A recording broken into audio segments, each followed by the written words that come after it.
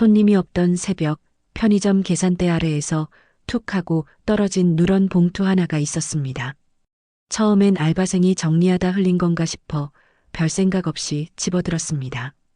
그런데 순간 등골이 서늘해졌습니다. 봉투 겉면에는 분명히 제 이름이 적혀 있었고 봉투는 적지 않은 두께를 가지고 있었습니다. 더 기괴한 건 그 봉투가 한 번도 본 적 없는 필체로 너무나 조심스럽게 마치 누군가 숨기듯 밀어 넣어둔 것이었다는 점이었습니다. 저는 즉시 CCTV를 돌려봤고 화면 속에서 알바생이 계산대 아래로 몸을 숙여 무언가를 꺼내 넣는 장면이 보이기 시작했습니다. 그런데 그는 주변을 몇 번이나 확인했고 손이 떨릴 정도로 긴장한 모습이었습니다. 그 장면을 본 순간 제 뒷목이 당기는 느낌과 함께 확신이 들었습니다. 이건 단순한 분실물이 아니라 나를 향한 의도적인 무언가였습니다. 그리고 봉투를 열어본 순간 저는 그 자리에서 숨을 제대로 쉬지 못했습니다. 그 안에 들어있던 것은 돈도 아니었고 협박도 아니었으며 세상에서 가장 가슴을 무너뜨리는 한 장의 종이었습니다. 저는 그날을 절대 잊을 수 없습니다. 아무도 몰랐던 알바생의 고통, 그 아이가 왜 그렇게까지 했는지, 왜 나를 향해 그런 선택을 했는지 그 모든 이유는 제게 너무 늦게 도착했습니다. 이제 그 이야기를 들려드리겠습니다. 제가 운영하는 편의점은 도심 외곽의 오래된 상가 건물 1층에 자리 잡고 있습니다. 새벽이면 사람의 발자국 소리 하나 들리지 않을 만큼 조용하고 낮에는 인근 공장에서 일하는 분들이 자주 오가는 정도였습니다. 그렇게 평범한 가게였지만 저는 늘 직원들의 생활을 꼼꼼히 챙기려고 노력했습니다. 특히 새벽 아르바이트를 맡은 현우는 제게 늘 신경 쓰이는 아이였습니다. 20살이 조금 넘은 나이, 말수가 적고 항상 피곤에 절은 얼굴을 하고 있었지만 근무 태도만큼은 누구보다 성실했습니다. 가끔은 손님이 몰려 혼자서 정신없이 움직이면서도 동전 하나 틀리지 않는 꼼꼼함을 보였고 힘든 티 없이 늘 정중하게 인사를 했습니다. 저는 그런 아이에게 더 챙겨주고 싶었습니다. 집이 멀다길래 교통비를 따로 챙겨준 적도 있고 야식으로 컵라면이나 삼각김밥을 먹는 모습이 안쓰러워서 따뜻한 도시락도 몇 번 건넸습니다. 하지만 현우는 항상 괜찮다며 손사래를 치며 받지 않으려 했습니다. 사장님, 저는 괜찮아요. 이런 거 안 주셔도 돼요. 그 말투는 공손했지만 묘하게 경직되어 있었습니다. 저는 그저 낯가리는 아이인가 보다 했습니다. 그러던 어느 날부터였을까요? 현우가 갑자기 더 말수가 줄어들고 근무 내내 휴대폰을 확인하며 긴장한 기색을 보이기 시작했습니다. 작은 소리에도 놀라 깨는 동물처럼 문이 열릴 때마다 고개가 움찔거렸습니다. 현우야, 무슨 일 있어? 요즘 너무 지쳐 보인다? 하고 물으면 그는 늘 짧은 미소를 지으며 괜찮습니다. 요즘 집에 일이 좀 있어서요. 라고 대답하곤 했습니다. 하지만 그 말이 전혀 괜찮아 보이지 않았습니다. 심지어 어떤 날은 교대 시간이 되었는데도 연락이 닿지 않아 가게로 직접 가보면 아이는 계산대 뒤에서 멍하니 앉아 손을 떨고 있었습니다. 괜찮니? 라고 물으면 그냥 잠이 안 와서요. 라며 얼버무렸습니다. 저는 그때 처음으로 이 아이에게 무슨 일이 있는 건 아닌가 하는 의심이 들기 시작했습니다. 결정적인 변화는 2주 전부터 찾아왔습니다. 가게 금전 출납 기록이 미묘하게 어긋나기 시작한 것입니다.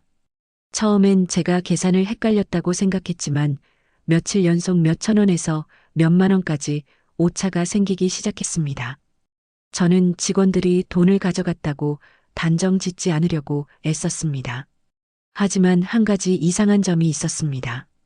오차가 생길 때마다 근무표 속 새벽 근무자, 즉 현우의 이름이 적혀 있었습니다. 의심하고 싶지 않았지만 매장 운영자로서 사실을 확인해야 했습니다. 그래서 반강제로 CCTV를 돌려보기 시작했습니다.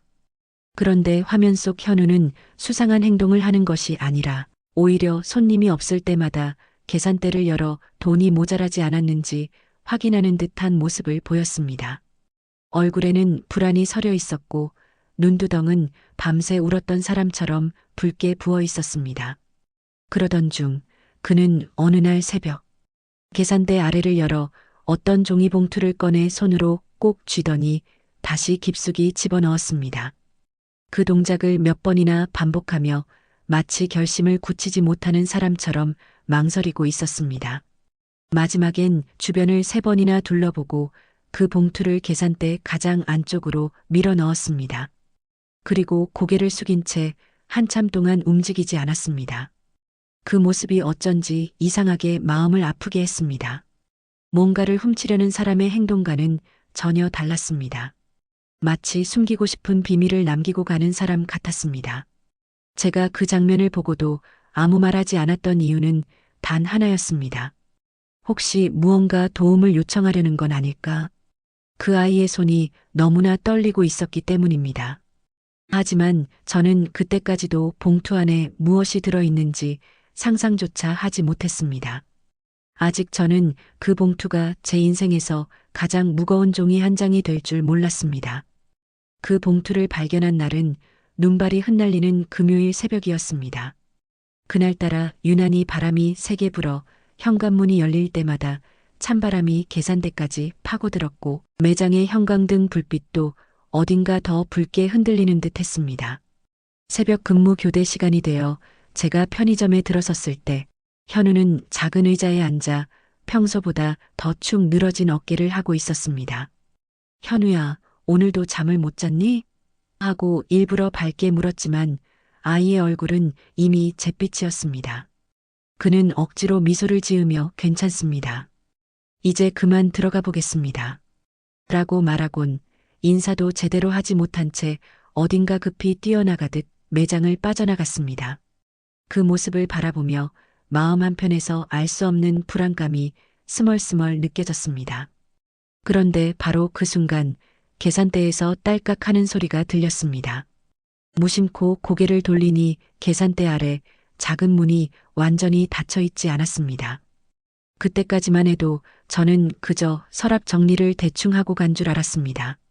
그런데 손잡이를 살짝 잡아당기는 순간 그 안쪽 깊숙한 곳에서 봉투 하나가 눈에 띄었습니다. 낡은 서류 봉투처럼 보였지만 입구가 접혀 꽉 막혀 있었고 무엇보다 봉투 겉면에 적힌 필체가 제 이름이었습니다. 처음엔 놀라기보단 당황했습니다. 이게 뭐지? 내가 놓아둔 적이 있었나? 하지만 곧바로 저는 그런 봉투를 본 적이 없다는 사실이 떠올랐습니다. 게다가 이처럼 계산대 깊숙한 곳에 마치 누군가 일부러 숨기듯 넣어둘 이유도 없었습니다. 저는 본능적으로 봉투를 열기 전에 CCTV를 확인해야겠다는 생각부터 들었습니다. 바로 전날 새벽 시간대 영상을 돌려보았습니다. 화면 속 현우는 계산대 앞에서 오랫동안 서성이고 있었습니다. 몇 번이나 장갑을 벗었다 끼기를 반복하며 마치 중요한 결정을 앞둔 사람처럼 망설이고 있었죠. 그리고 새벽 4시 12분 그는 주변을 세심하게 둘러보고 계산대 문을 살짝 열어 봉투를 안쪽 깊숙한 곳으로 밀어 넣었습니다. 그 순간 그의 표정은 복잡했습니다. 안도 같기도 하고 체념 같기도 했습니다. 무엇보다 눈에 띈 건 그의 손이 심하게 떨렸다는 것입니다. 저는 그 장면을 보면서 처음으로 가슴이 철렁 내려앉았습니다. 이것은 절대 단순한 메모나 전달 사항이 아니었습니다. 잠시 고민한 끝에 저는 봉투를 조심스럽게 열었습니다. 그런데 안에 들어있던 것은 단 하나의 종이였습니다. 빳빳한 A사 종이를 반으로 접어 넣어둔 것으로 펼쳐보는 순간 제 눈은 한동안 글자를 제대로 이해하지 못했습니다. 글씨는 삐뚤빼뚤했고 잉크가 번져 읽기 어려운 부분도 있었지만 한 문장은 똑똑히 보였습니다. 사장님, 죄송합니다. 제 잘못이지만 더는 방법이 없습니다. 그 아래 적힌 금액은 정확히 며칠 동안 매장 매출 기록에서 사라졌던 그 금액과 같았습니다. 저는 숨이 턱 막혔습니다. 이것은 돈을 훔친 사람의 사과문처럼 보일 수도 있었습니다. 하지만 종이를 쥐고 있는 제 손은 떨렸습니다.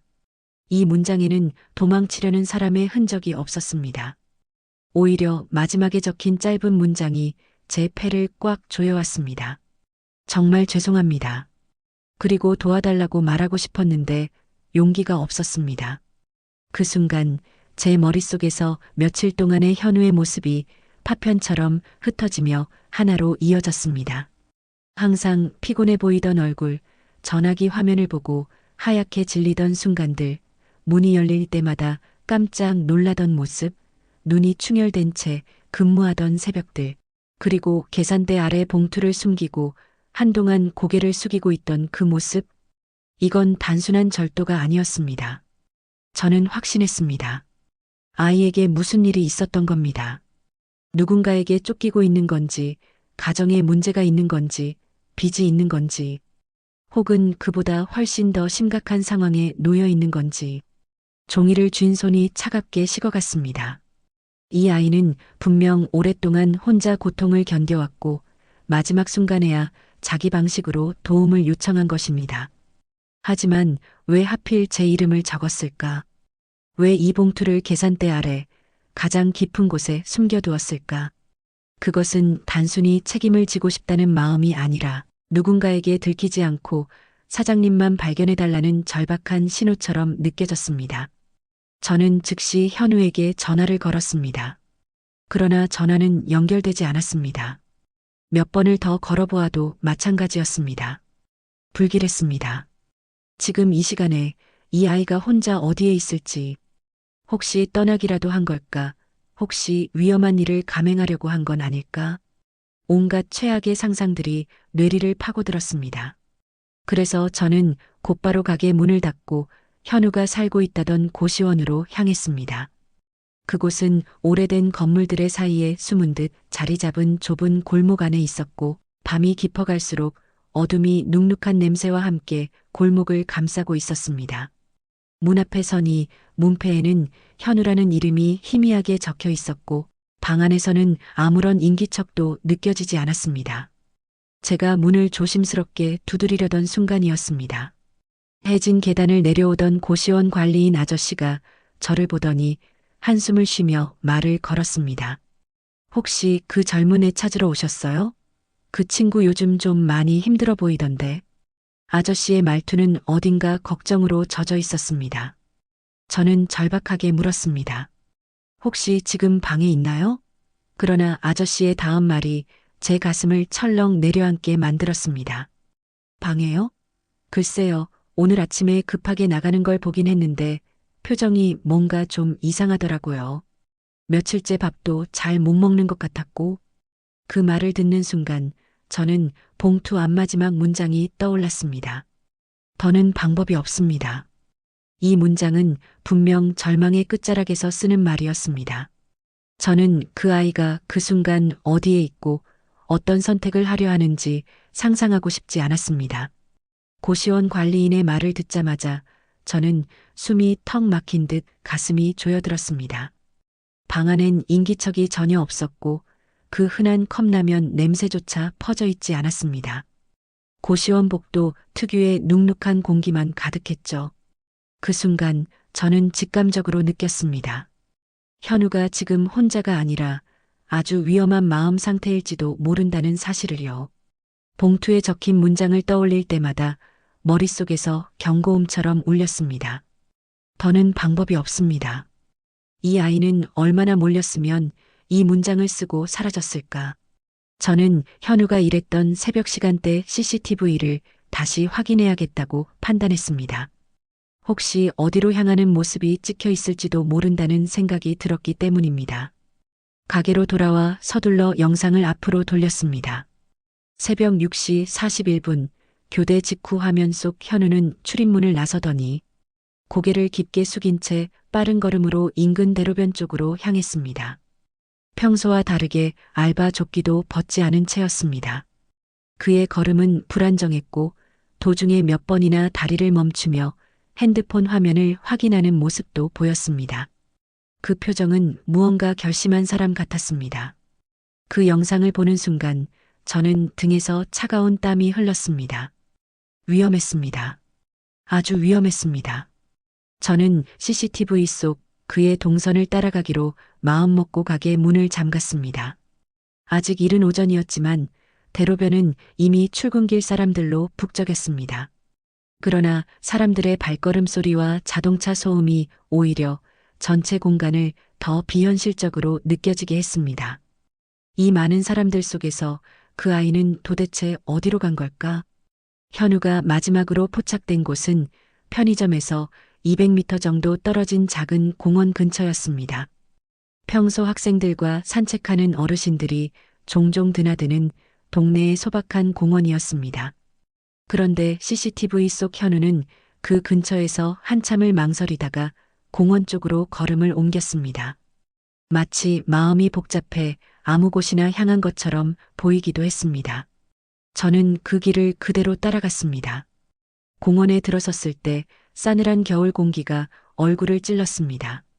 벤치들은 얼어 있었고 운동기구는 차갑게 녹이 슬어 있었습니다. 저는 주변을 천천히 살폈습니다. 혹시 이곳에서 휴대폰을 떨어뜨렸거나 흔적이라도 남기지 않았을까 하는 생각이 들었기 때문입니다. 그러다 공원 입구 근처의 작은 정자 앞에서 누군가를 발견했습니다. 현우는 아니었지만 그곳엔 한 여자분이 담배를 피우고 서 있었습니다. 저는 조심스럽게 다가가 물었습니다. 여기서 혹시 새벽에 젊은 남자아이 못 보셨어요?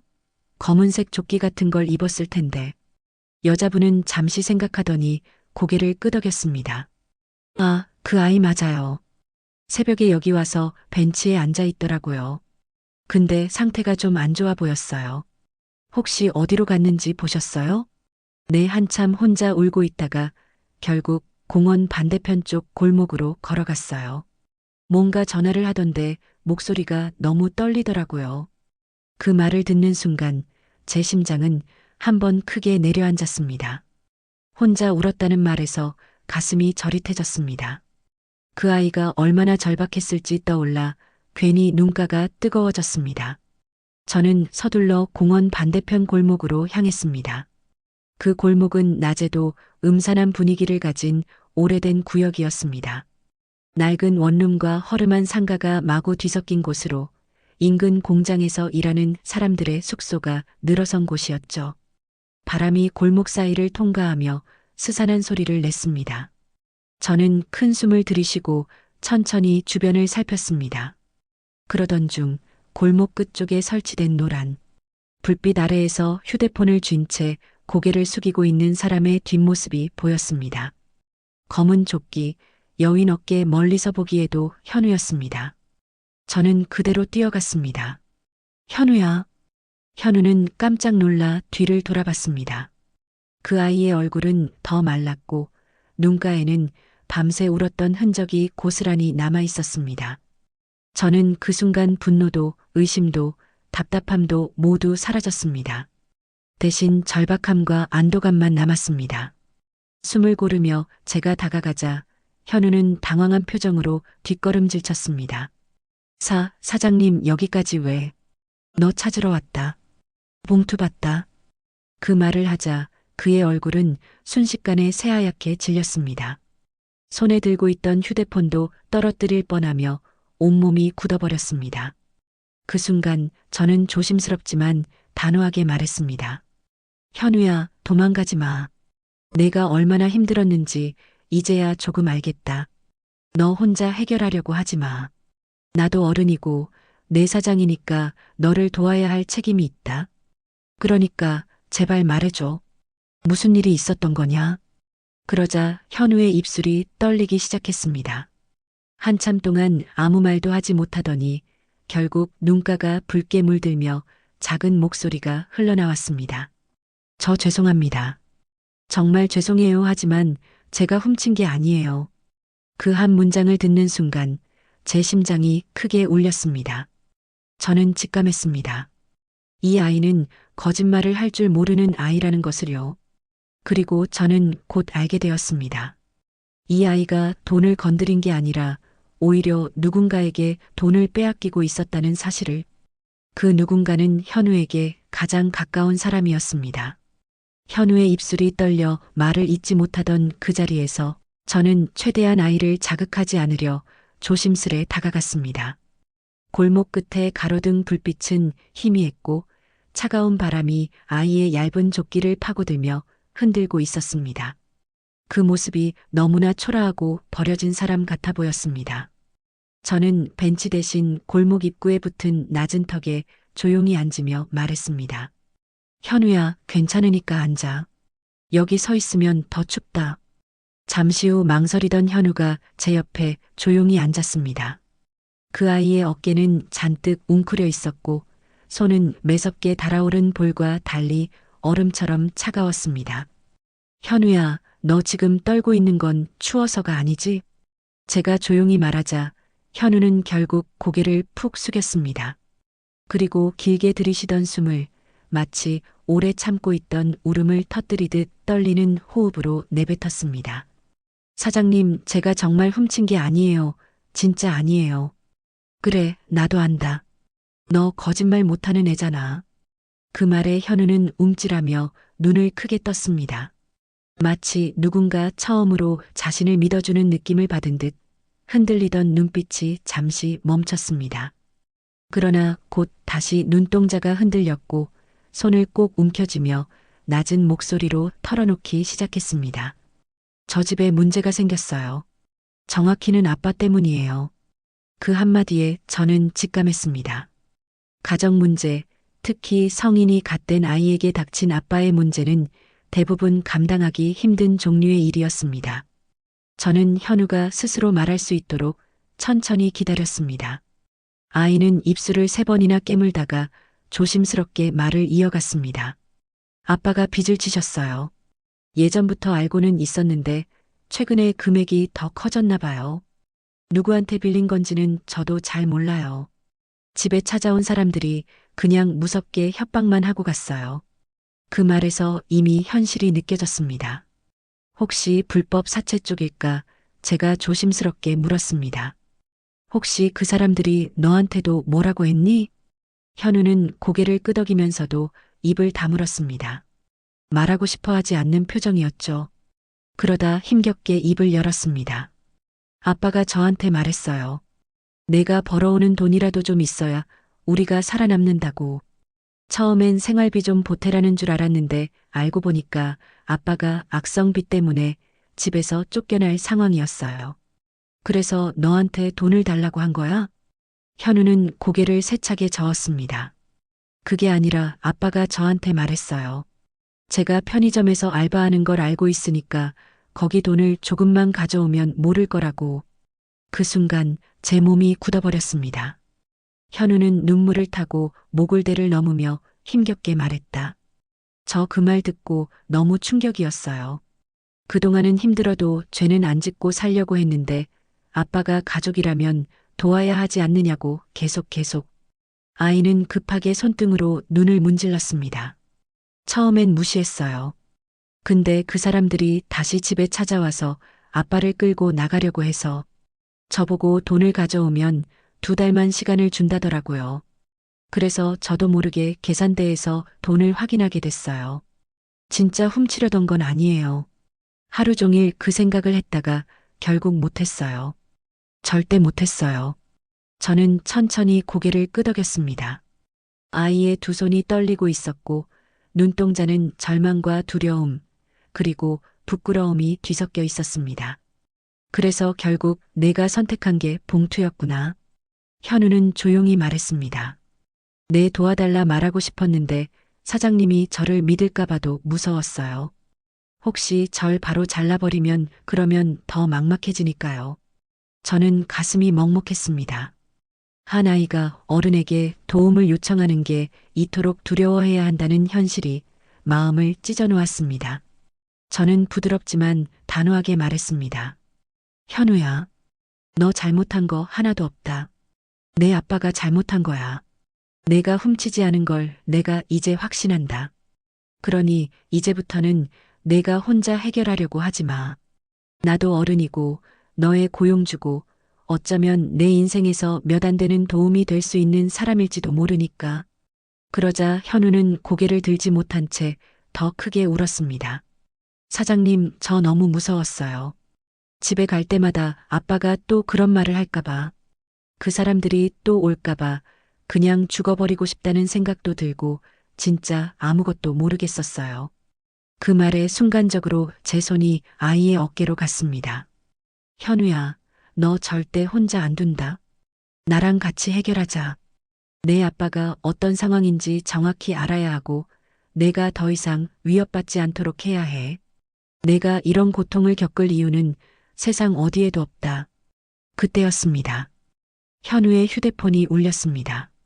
벨소리가 골목의 메아리처럼 울렸고 화면에는 아빠라는 두 글자가 선명했습니다.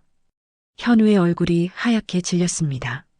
손은 떨렸고 숨도 잘 쉬지 못했습니다. 저는 아이의 손에서 휴대폰을 살며시 받아들었습니다. 현우야, 이제 혼자 받지 마. 이건 우리가 같이 받아야 할 전화야. 그리고 저는 그 자리에서 현우의 아버지에게 전화를 받았습니다. 그 통화 내용은 제 예상을 훨씬 뛰어넘는 것이었습니다.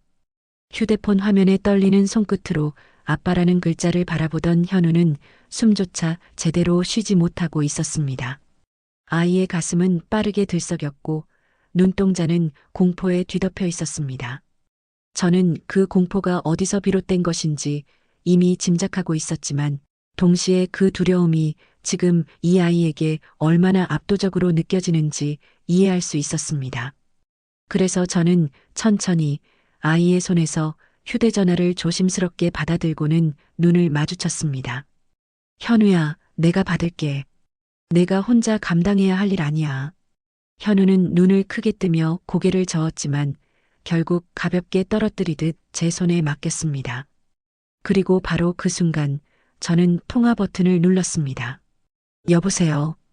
처음 들려온 목소리는 술과 잠에 절어 탁하게 갈라진 한 번도 들어본 적 없는 목소리였습니다. 현우냐? 어디야? 저는 잠시 숨을 고른 뒤 차분하게 대답했습니다. 아버님, 현우는 지금 제 옆에 있습니다. 저는 현우가 일하는 편의점 사장입니다. 그 말이 끝나자마자 전화기 너머에서 잠시 정적이 흘렀습니다. 그리고 이어진 건 생각했던 것보다 훨씬 거친 목소리였습니다. 사장이요? 왜 사장이 그의 핸드폰을 받아요? 현우가 지금 많이 불안해해서 제가 대신 받았습니다. 아버님과 이야기를 조금 드리고 싶어서요. 내 아들 일에 사장님이 왜 끼어들어요? 일이나 시키면 됐지. 그 말은 이미 정상적인 대화의 분위기는 아니었습니다. 목소리에는 짜증과 적대감이 섞여 있었고 어쩐지 지금 이 사람의 상태가 몹시 불안하다는 느낌도 들었습니다. 저는 최대한 침착하게 말했다. 아버님, 현우가 지금 많이 힘들어하고 있습니다. 집에 문제가 있다고 빚 때문에 괴롭힘을 당한다고 그 얘기를 조금 전에 들었습니다.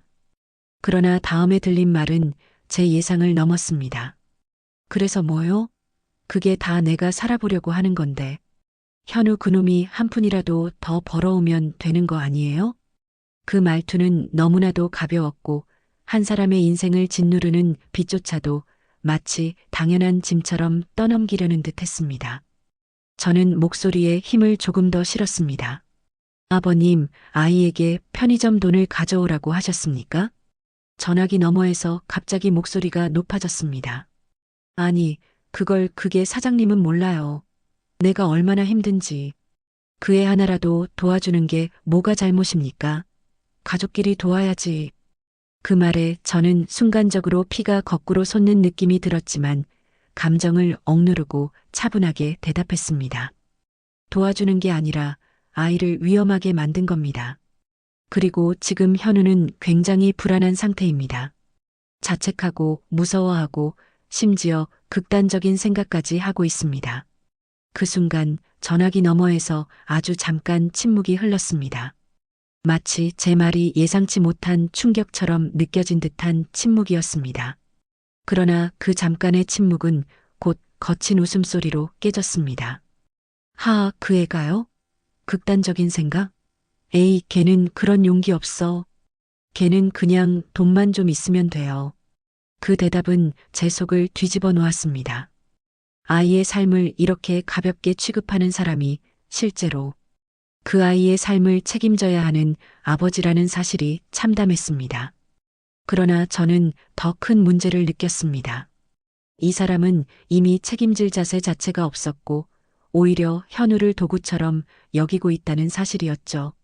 아버님, 혹시 지금 어디 계신가요? 제가 차분하게 묻자 목소리가 더욱 날카로워졌습니다. 그건 사장님이 알 필요 없고요. 대신 현우한테 좀 전해줘요. 저는 그제야 그의 말투가 왜 그토록 급해졌는지 이해했습니다. 그는 지금까지 한 말이 위험할 수 있다는 걸 뒤늦게 깨달은 것입니다. 그리고 이어진 말은 제 등골을 오싹하게 만들었습니다. 빚으로 찾으러 온 사람들이 오늘 안에 돈 안 주면 집을 비우라고 난리예요. 그러니까 걔 오늘 중으로 뭐라도 구해오라고 하세요. 안 그러면 우리 둘 다 끝이니까. 그 말에서 우리 둘이라는 표현을 듣는 순간 제 눈썹이 미세하게 떨렸습니다. 현우가 어떻게 느꼈을지 상상하는 것만으로도 가슴이 아파왔습니다. 아이에게 자신의 생존을 떠넘기는 아버지라니. 전화는 그 말을 남기고 갑자기 끊겨버렸습니다. 뚝 하고 끊어진 소리가 차가운 골목에 메아리처럼 울렸습니다. 저는 천천히 휴대폰을 내려놓고 현우를 바라봤습니다. 그 아이는 이미 눈물을 멈추지 못하고 있었고 양손으로 얼굴을 꽉 가린 채 어깨를 들썩이고 있었습니다. 현우야. 제가 조용히 부르자 아이는 더 크게 떨었습니다. 저는 아이의 손에서 천천히 휴대폰을 빼내고 옆에 내려놓았습니다. 그리고 아이의 어깨를 천천히 덮으며 말했습니다. 너 잘못 아니야. 절대. 내가 감당해야 할 일도 아니야. 이건 내 아버지의 책임이야. 그리고 너 더 이상 그분한테 끌려다니지 않아도 돼. 그러자 현우는 고개를 들었습니다. 눈은 새빨갛게 부어 있었고 입술은 떨리고 있었습니다. 근데 사장님 그 사람들이 아빠를. 저는 단호하게 말했습니다. 현우야. 지금부터는 내가 아빠의 인생까지 떠안아야 한다는 생각을 버려야 해. 내가 어린 나이에 감당할 문제가 아니야. 오히려 내 아버지가 내게 피해를 주고 있는 거야. 잠시 침묵이 흘렀습니다. 그리고 저는 중요한 결심을 했습니다. 일단 경찰서로 가자. 지금 상황 그대로 말하면 돼. 아버님이 어떤 사람들에게 협박을 받고 있고 너한테 어떤 압박을 해왔는지 그대로 말하면 된다. 더 이상 내가 혼자 위험 속에 살게 둘 수 없다. 그러자 현우는 겁에 질린 눈으로 저를 바라봤습니다. 저 정말 경찰에 가야 해요? 저는 확신에 찬 목소리로 말했습니다. 그래야 내가 산다. 그리고 내 아버지도 결국 그렇게 해야 산다. 그 순간 현우의 눈에서 아주 미세하지만 분명한 변화가 보였습니다. 두려움 속에 묻혀있던 작은 희망의 불빛 하나가 눈동자 깊은 곳에서 흔들리고 있었습니다. 현우는 한참 동안 아무 말도 하지 못하고 있었습니다. 골목길의 찬 바람이 아이의 머리카락을 흩날렸고 차갑게 식은 휴대폰 화면 위로 어린 눈물이 뚝뚝 떨어졌습니다. 저는 아이가 스스로 결심할 수 있도록 그 순간만큼은 다그치지 않고 조용히 기다렸습니다. 그러다 결국 현우는 손등으로 눈가를 거칠게 훔치며 아주 작게 중얼거렸습니다. 사장님, 제가 경찰서 가면 아빠가 더 힘들어질지도 몰라요. 그 말은 마치 가슴 깊숙한 곳에 묶여있던 죄책감의 매듭을 노출시키는 듯 했습니다. 아이는 자신이 피해자인데도 여전히 아버지를 먼저 걱정하고 있었습니다. 저는 천천히 고개를 끄덕이며 말했습니다. 맞아. 아버님이 잠시 힘들어질 수도 있어. 하지만 그게 잘못된 일에 대한 책임을 지는 거야.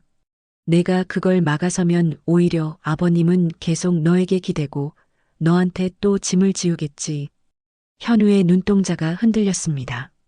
근데 아빠가 저밖에 없거든요. 그러니까 내가 이렇게까지 고통을 받고 있는 거야. 내가 아버지를 돕는 게 아니고 아버지가 너를 붙잡고 있는 상황이야. 이건 도움도 사랑도 아니야. 의존이야. 그 말을 듣는 순간 현우는 마치 무너져 내리듯 턱을 움켜쥐고 울기 시작했습니다. 제가 잘못한 줄 알았어요. 아빠가 힘든데 내가 돈 못 벌어다 주니까 나쁜 아들인 줄 계속 그런 생각만 했어요. 저는 그 순간 비로소 알 수 있었습니다.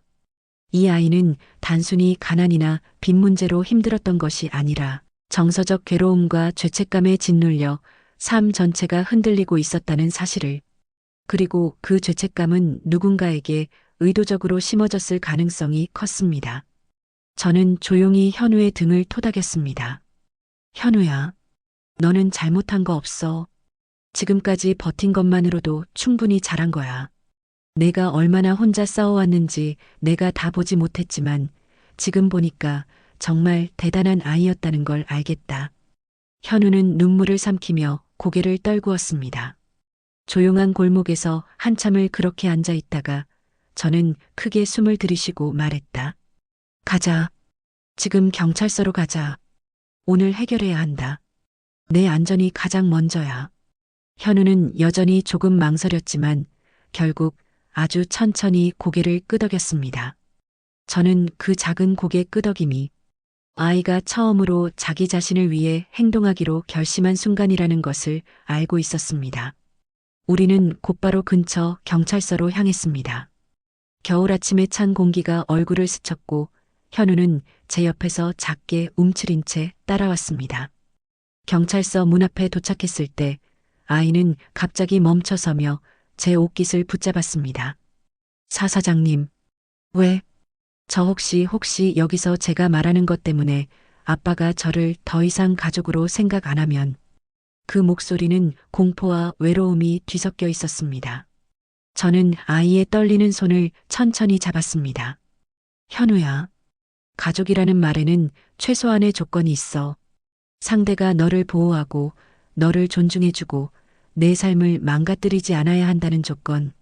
내 아버님이 지금 그걸 못하고 있어. 그리고 아주 단단한 목소리로 이어 말했습니다. 내 잘못으로 가족이 깨지는 게 아니야. 아버님의 선택으로 벌어진 일이야. 내가 이걸 바로잡으려 하는 거고, 내가 지금 하는 건 배신이 아니라 살기 위한 선택이야. 그 말에 현우의 어깨가 미세하게 흔들렸습니다.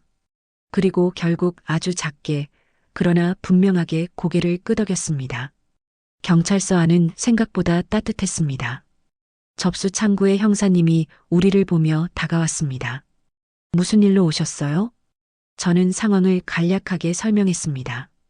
이 아이가 가정에서 협박을 받고 있습니다. 빚독촉을 이유로 불법적인 요구를 받고 있고 심리적으로도 많이 불안한 상태입니다. 아이를 보호하고 상황을 조사해 주셨으면 합니다. 형사님의 표정이 곧바로 진지해졌습니다. 네.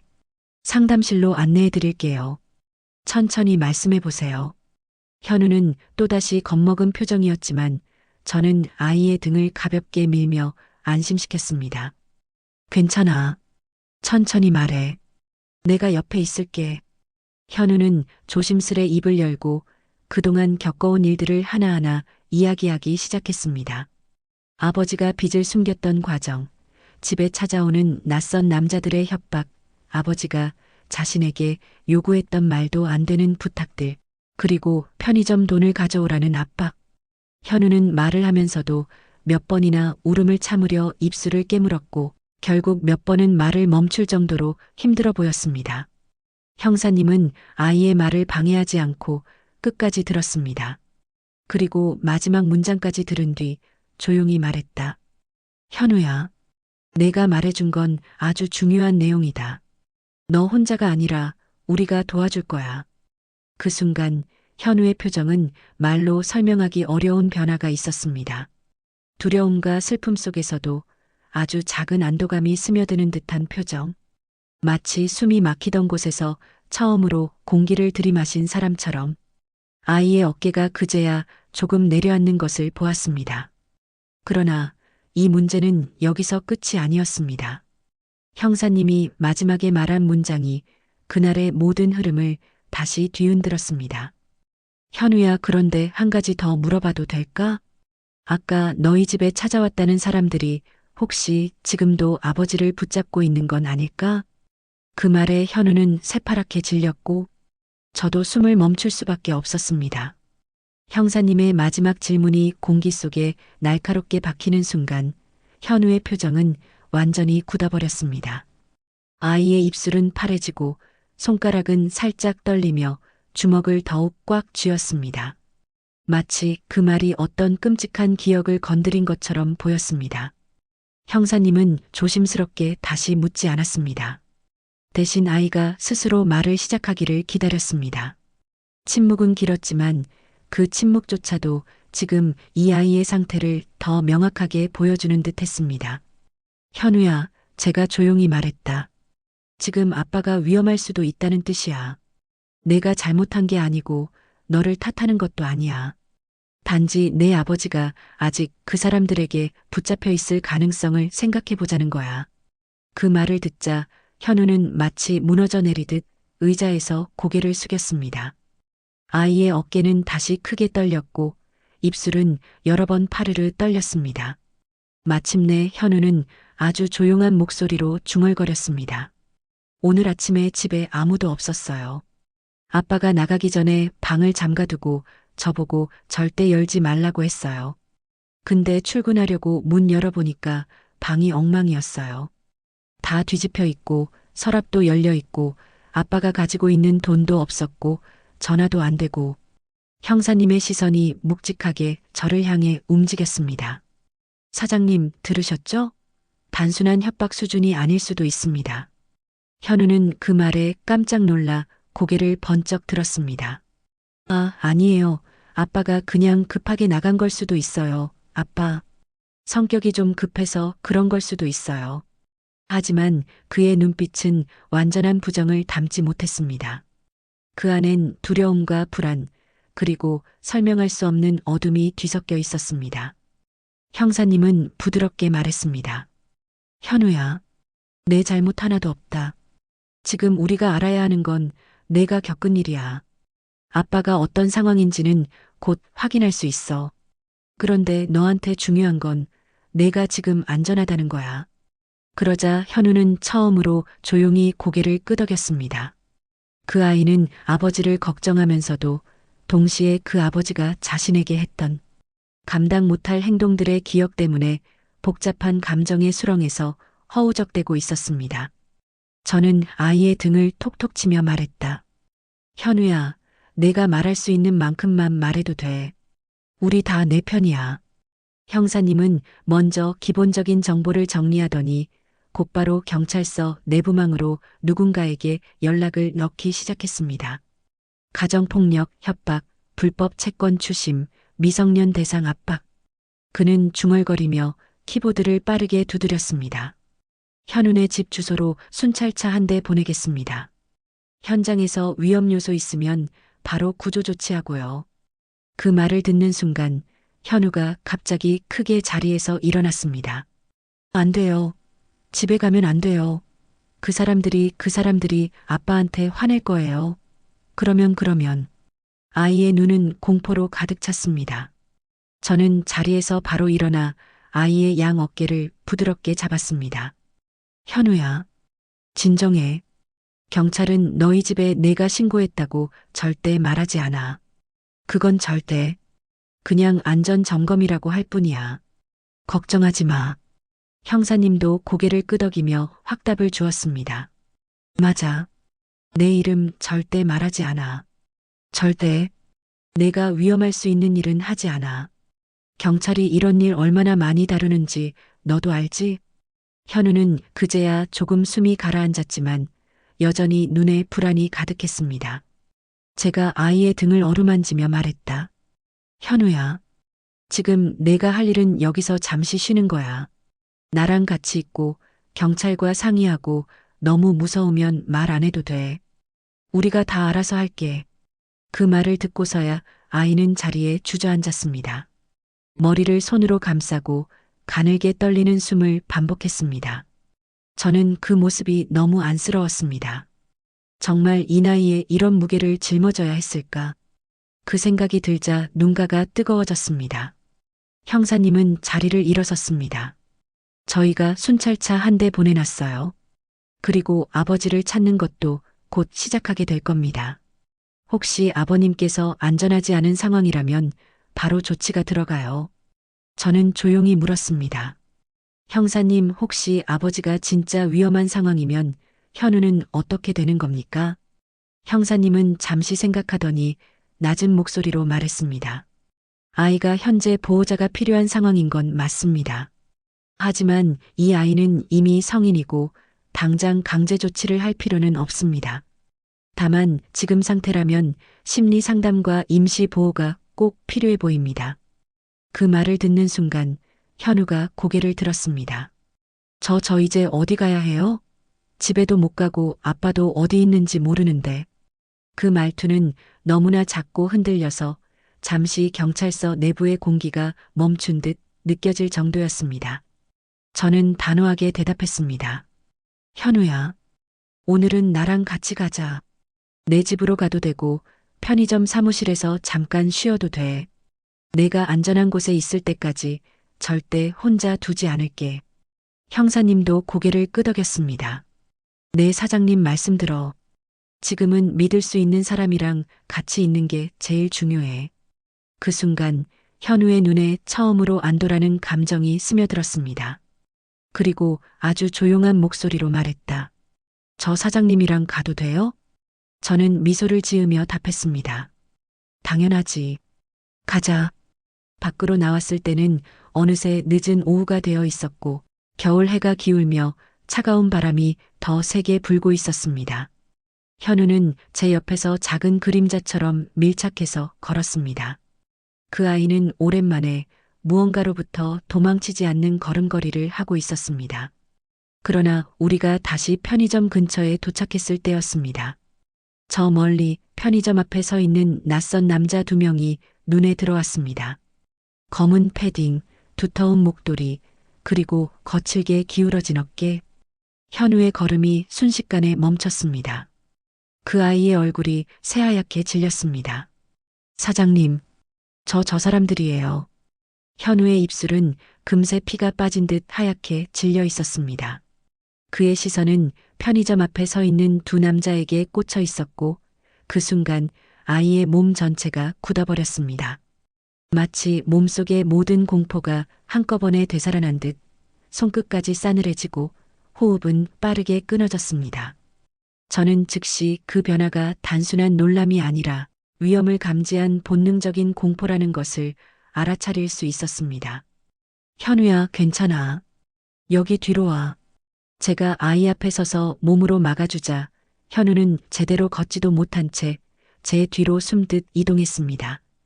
그의 2 손은 제 옷깃을 꽉 잡고 있었고 소나기의 떨림이 전해져 왔습니다. 저는 머릿속이 빠르게 돌아갔습니다. 왜 여기 있는 거지? 우리를 찾아온 건가? 아니면 단순히 아버지를 찾는 건가? 수백 가지 가능성이 머릿속을 스쳤지만 한 가지는 확실했습니다. 지금 이 상황을 혼자 해결하려 하면 안 된다. 저는 최대한 침착한 목소리로 아이에게 속삭였습니다. 현우야, 경찰에 바로 전화할게. 너는 절대 고개 들지 마. 나만 보고 있어. 현우는 말도 못하고 고개만 작게 끄덕였습니다. 저는 휴대폰을 꺼내 112를 누르려는 순간 그 2 남자 중 하나가 우리 쪽을 보며 걸어오기 시작했습니다. 저기요, 사장님 아니십니까? 그의 목소리는 들으면서도 소름이 돋을 만큼 건조하고 위협적인 톤이었습니다. 낯선 남자는 제게 다가오면서 뒷주머니에서 손을 넣어 무언가를 만지작거렸습니다. 그 순간 한 가지 확신이 들었습니다. 저 사람들은 이미 우리를 알고 있다. 저는 일부러 자연스럽게 행동했습니다. 네, 무슨 일이시죠? 남자는 주변을 한번 둘러보고 낮은 목소리로 말했다. 이 근처 사는 아이 하나 찾고 있습니다. 2키 정도? 마른 체형이 아침에 출근했다던데 혹시 보셨습니까? 현우가 뒤에서 미세하게 들썩이는 게 느껴졌습니다. 그 남자들이 말하는 아이가 바로 현우라는 것이 너무나 명백했습니다. 저는 최대한 태연하게 고개를 저었습니다. 아침에 출근한 직원은 있긴 한데 지금은 퇴근하고 집에 갔습니다. 남자의 눈빛이 제 얼굴을 훑었습니다. 의심하는 기색이 분명했습니다. 그래요? 집엔 잘 들어갔답니까? 그 질문은 단순한 확인이 아니었습니다. 확실한 정보를 얻기 위한 압박이었고 동시에 제 반응을 시험하는 말투였습니다. 저는 눈 하나 깜짝하지 않고 대답했습니다. 저도 퇴근한 이후엔 잘 모릅니다. 직원 사생활까지 제가 관여하지는 않아서요. 잠시 침묵이 깁니다. 남자의 눈이 가늘게 찢어진 채로 제 표정을 읽고 있었습니다. 그 옆에 또 다른 남자는 담배를 입에 문 채 주변을 둘러보며 서성였습니다. 분위기는 점점 더 험악해졌습니다. 그때였습니다. 제 뒤에 서 있던 현우의 손이 제 옷을 더 꽉 잡았습니다. 아이는 온몸이 굳은 채 숨조차 제대로 쉬지 못하는 듯 했습니다. 저는 남자들에게 한 걸음 다가서며 의도적으로 말을 이었습니다. 근데 무슨 일 때문에 찾으시는 건지 여쭤봐도 될까요? 직원 관련이면 제가 알아야 하는 부분도 있을 수 있으니까요. 그 말에 남자는 피식 웃었습니다. 하지만 그 웃음은 절대 웃음이 아니었습니다. 표정의 근육만 움직인 싸늘한 조롱이었습니다. 아, 별일 아닙니다. 그냥 빌린 돈이 좀 있어서. 아시잖아요. 요즘 젊은 것들이 책임감이 없어서. 저는 그 말에서 숨이 멎는 듯 했습니다. 현우의 아버지가 아니라 현우 본인에게 직접 빚을 넘겨버리려고 하는 상황. 그 순간 저는 단호하게 결심했습니다. 이 사람들을 그냥 돌려보낼 순 없다. 그렇다고 현우가 여기 있다는 걸 절대 들켜서도 안 된다. 저는 과감하게 말했다. 저희 직원이 빚을 질 처지는 아닐 텐데요. 여기 알바비도 제가 꼬박 챙겨줍니다. 혹시 사기라도 당한 거면 그건 경찰에 신고하셔야죠. 남자의 표정이 굳어졌습니다. 사장님, 경찰 얘기는 좀 조심하셔야지. 그 말에는 명백한 위협이 섞여 있었습니다. 저는 더는 대화를 길게 끌 이유가 없다고 느꼈습니다. 휴대폰을 손에 들고 숫자 1을 누른 상태로 엄지를 살짝 올렸습니다. 적당히 오해만 해도 돼. 단지 내가 경찰을 부를 준비가 되어 있다는 걸 보여주기만. 남자가 그 행동을 보자마자 미세하게 움직임이 멈췄습니다. 뭐 사장님이 그렇다니 다음에 다시 찾아오겠습니다. 두 남자는 서로 눈짓을 하더니 편의점 유리창에 비친 우리 모습을 한번 훑어보고 천천히 자리를 떠났습니다. 그들이 멀어지는 모습이 골목에 완전히 사라질 때까지 저는 단 한순간도 긴장을 풀지 않았습니다. 심장 박동이 귀에서 울릴 정도로 요동쳤습니다. 그들이 사라지자마자 현우는 다리에 힘이 풀린 듯 털썩 주저앉았습니다. 그 아이는 숨도 제대로 쉬지 못하며 떨리는 목소리로 말했습니다. 사장님, 저는 이제 어떻게 해야 해요? 저 사람들 절 찾으러 온 거예요. 이제 저 죽는 거 아닌가요? 저는 아이의 양 어깨를 잡고 단호하게 말했다. 현우야, 절대 그런 일 없게 내가 지킨다. 오늘부터 너 혼자가 아니다. 저 사람들 절대 너한테 손 못 댄다. 현우는 눈물로 얼룩진 얼굴로 겨우 고개를 들었습니다. 그리고 조용히 그러나 절절하게 중얼거렸습니다. 사장님, 저 이렇게 무서운 건 처음이에요. 저는 그의 손을 꽉 잡았습니다. 현우야, 이제부터는 내가 앞에 서겠다. 그리고 지금 바로 다시 경찰서로 가자. 저 사람들 그냥 놔두면 안 돼. 그러자 현우는 떨리는 목소리로 짧게 질문했습니다. 경찰이 밀어내줄 수 있을까요? 저는 확신에 찬 목소리로 답했습니다. 아니, 밀어내는 게 아니라 이젠 법이 너를 지켜줄 거야. 그리고 나도 끝까지 너와 함께 할 거다. 현우의 눈동자가 처음으로 아주 조금이지만 빛을 되찾기 시작했습니다. 현우를 데리고 다시 경찰서로 향하던 길, 저는 그 아이가 한 걸음 한 걸음 내디딜 때마다 몸 전체가 경직되는 것을 느꼈습니다. 아까 편의점 앞에서 마주친 두 남자의 그림자가 아직도 아이의 마음 한구석에 깊이 박혀 있었던 것입니다. 하지만 제 옆에서 걷는다는 사실이 조금은 힘이 되었는지 현우는 간신히 발걸음을 떼며 따라왔습니다. 눈은 아직 충혈되어 있었고 숨은 고르지 못했지만 아까처럼 완전히 주저앉아 울지는 않았습니다. 오히려 지금은 버텨야 한다는 결심이 보였습니다. 경찰서에 도착하자 형사님은 이미 우리를 기다리고 있었습니다. 경찰서 복도는 낮에도 싸늘한 분위기를 가지고 있었지만 오늘따라 더 무겁게 느껴졌습니다. 형사님은 우리를 상담실로 안내하면서 말했다. 몇 분 전에 순찰팀에서 연락 왔습니다. 현우 아버님 집 텅 비어 있었습니다. 현우의 몸이 순간 굳었습니다. 그럼 아빠는? 형사님은 부드럽지만 분명한 목소리로 설명했습니다. 강제로 끌려간 흔적은 없었습니다. 대신 집이 많이 어질러져 있었다는 점은 신경 쓰입니다. 누군가 다급하게 뒤졌거나 압박이 있었던 건 맞습니다. 그래서 현재 실종 신고를 걸어두고 추적하고 있습니다. 너무 걱정하지 않아도 됩니다. 위험 신호가 생기면 바로 조치될 겁니다. 현우의 입술이 파르르 떨렸습니다. 아빠가 저 때문에. 저는 그 말이 나오기 전에 아이의 손을 바로 잡았습니다. 현우야, 내 탓 아니야. 내 아버님이 만들어낸 상황이야. 내가 책임질 일이 절대 아니다. 형사님도 고개를 끄덕이며 말했다. 맞아. 내 잘못이 아니야. 지금은 내 안전이 가장 중요해. 그러나 경찰은 거기서 멈추지 않았습니다. 형사님은 현우에게 몇 가지를 더 확인했습니다. 협박받은 구체적인 상황, 찾아온 사람들의 특징, 아버지가 했던 말들, 봉투에 적었던 문장들. 현우는 그 모든 질문에 힘겹게 대답했습니다.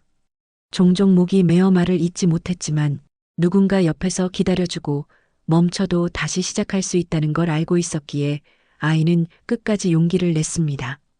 조사는 생각보다 오래 걸렸습니다. 해가 완전히 기울고 밖은 이미 어둠이 내려앉아 있었습니다. 형사님은 현우의 이야기를 들은 뒤 조용히 말했다. 현우야, 너는 오늘 정말 큰 결심을 한 거야. 쉽지 않았을 텐데 잘했다. 너 아니었으면 상황이 훨씬 더 위험해질 수도 있었어. 현우는 씁쓸하게 웃으며 침묵했습니다. 저는 그 아이의 어깨를 감싸며 말했다. 현우야, 넌 정말 용기 있는 아이다. 내가 계속 옆에 있을 거고 경찰도 도와줄 거야. 형사님은 마지막으로 보호조치 관련 안내를 꺼냈습니다. 현우, 오늘은 집에 절대 들어가면 안 된다. 사장님과 같이 머물러도 괜찮고 필요하면 임시 보호시설도 마련할 수 있어. 하지만 지금 이 상황에서는 내가 편한 사람이랑 있는 게 좋겠다. 현우는 주저없이 제 손을 잡았습니다. 저 사장님이랑 있고 싶어요. 저는 고개를 끄덕였습니다. 그래. 오늘은 내가 데리고 갈게. 우리는 경찰서 밖으로 나왔습니다. 겨울의 밤 공기는 날카롭고 차갑게 피부를 스쳤지만 이상하게도 마음속 공포는 조금 누그러져 있었습니다. 현우는 제 옆에서 가만히 걷다가 조심스레 말을 꺼냈습니다. 사장님, 나 이제 어떻게 살아야 할지 잘 모르겠어요. 앞으로 뭘 해야 할지, 어디서부터 다시 시작해야 할지.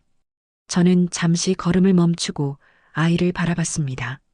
그 얼굴은 너무 어린데 너무 많은 것을 짊어지고 있었습니다.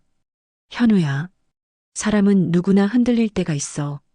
근데 그 흔들림을 이겨내는 방법은 하나야. 스스로 나는 다시 시작할 수 있다고 믿는 것. 너 오늘 그걸 해낸 거야. 너는 이미 살아남으려고 움직였고, 그래서 여기에 있는 거야. 현우의 눈에 서서히 눈물이 고였습니다. 그런데 제가 다시 시작할 수 있을까요? 그럼. 살면서 무너지는 순간은 누구에게나 있어. 근데 중요한 건 그 무너짐을 어떤 사람과 함께 이겨내느냐야. 난 너를 혼자 두지 않을 거야. 아이의 어깨가 살짝 들썩였고 현우는 조용히 말했습니다. 사장님, 저 처음으로 누군가한테 보호받는 느낌이 들어요. 그 말은 제 마음을 깊게 울렸습니다. 이 이야기는 사장과 직원의 관계를 넘어서 한 아이가 인생에서 처음으로 자신을 지키는 선택을 한 순간에 대한 기록이었습니다. 우리는 제 집으로 향했습니다. 간단한 식사로 따뜻한 국을 데워 아이에게 주자 현우는 조용히 그러나 급하게 그것을 먹었습니다. 며칠 동안 제대로 된 식사를 못했던 게 분명했습니다. 식탁 불빛 아래에서 식사를 마친 뒤 현우는 조용히 말했습니다. 사장님, 제가 오늘 선택한 거 정말 잘한 일일까요? 저는 단호히 대답했습니다. 현우야, 너 오늘 살아남는 선택을 한 거야. 그건 그 어떤 선택보다 옳은 결정이다. 현우는 천천히 고개를 끄덕였습니다. 그리고 아주 오랜만에, 정말 오랜만에 그 아이의 얼굴에 작지만 선명한 미소가 떠올랐습니다. 그날 밤 저는 문 앞에서 한참을 서 있었습니다. 집안에서 조용히 잠든 현우의 숨소리를 들으며 생각했습니다. 한 아이가 무너지는 걸 바라보고 싶지 않다. 그리고 그 아이에게 내 손을 내민 건 결코 실수가 아니었다. 그렇게 밤이 깊어가고 딱딱하게 얼어붙었던 현우의 삶에도 아주 작은 온기가 스며들기 시작했습니다. 앞으로 해결해야 할 문제는 많겠지만 이제 그는 혼자가 아니었습니다. 더 이상 공포에 떨며 새벽길을 걷지 않아도 되었고 누구에게도 떠밀려 잘못된 선택을 할 이유도 없었습니다. 그 아이는 이제야 비로소 자신을 지키는 첫 번째 선택을 한 것입니다. 그리고 저는 그 선택을 존중하고 끝까지 지켜볼 것입니다. 이 모든 것을 응원한다면 좋아요를 눌러주세요.